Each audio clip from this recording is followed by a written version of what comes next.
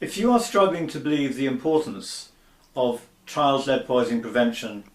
and the need to eliminate occupational exposure in demolition, refurbishment, repair, maintenance and redecorating, you only have to look at the guidance produced by the Health and Safety Executive in the UK. It very simply says that you should assume that all paint has a lead content.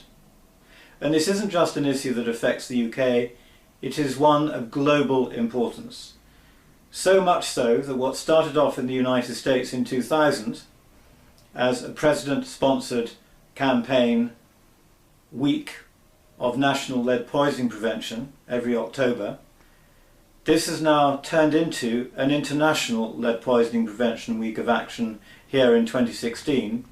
which has its roots in the inaugural meeting in 2010 of what became known as the Global Alliance to Eliminate Lead in Paint. This was an initiative triggered by collaboration between the World Health Organization and the United Nations Environment Programme, and I'm extremely proud to say that my name was actually put forward at the time to attend that conference, and despite the fact that other UK government officials were also invited, the only other lead specialist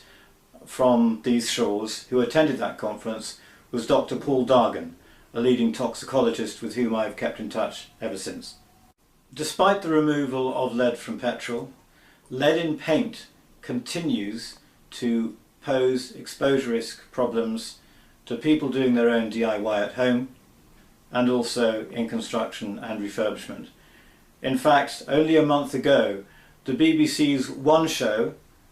an early evening magazine programme, featured a 4.5-minute video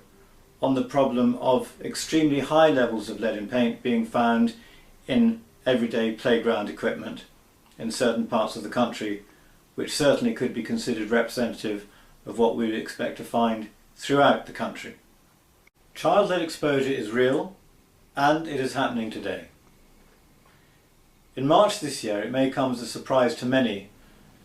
that a perfectly standard redecoration project, which involved the dry scraping and dry sanding of paintwork in a primary school refurbishment, was the subject of a Health and Safety Executive prohibition notice. The failure of the employer had been not to test for the presence of lead in paint, and by that omission he failed to establish a safe system of work to be sufficiently protective of the workforce.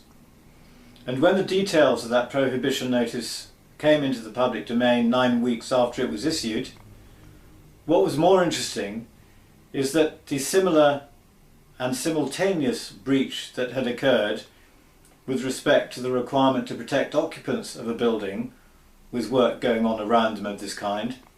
was the fact that the children's lead exposure risk had been completely ignored.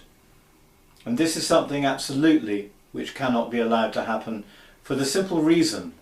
that the relative vulnerability of children to the inhalation or ingestion of a given amount of lead is very, very much greater than it is when compared with adults. So for nothing more difficult or onerous than a standard redecoration project, say external window redecoration, as soon as you create a contamination pathway by opening a window to make sure you reach all of the surfaces that need to be prepared for repainting, you are creating a path for lead exposure to go from the outside of the building to the inside. And that is generally where you will find the children.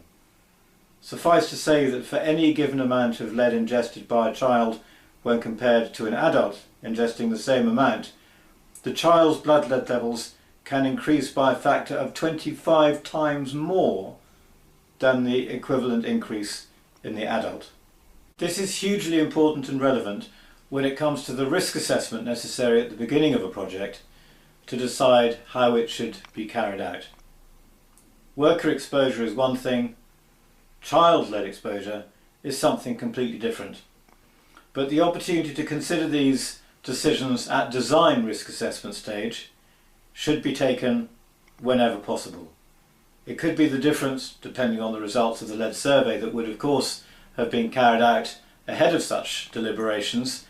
but it could be the difference between replacing windows altogether instead of refurbishing them, dismantling sashes and stripping the sashes themselves off-site, with the window boxes staying in place to be stripped in location. It could be the difference between relocating all of the children from an entire building or just making sure that they are away from any given room in which lead paint disturbance activities are taking place. So absolutely, in this week of international lead poisoning prevention action to build awareness about the risks of child lead exposure, it is an absolute necessity that whether your work involves schools or homes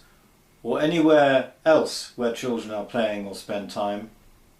you must consider their greater lead exposure risk vulnerability.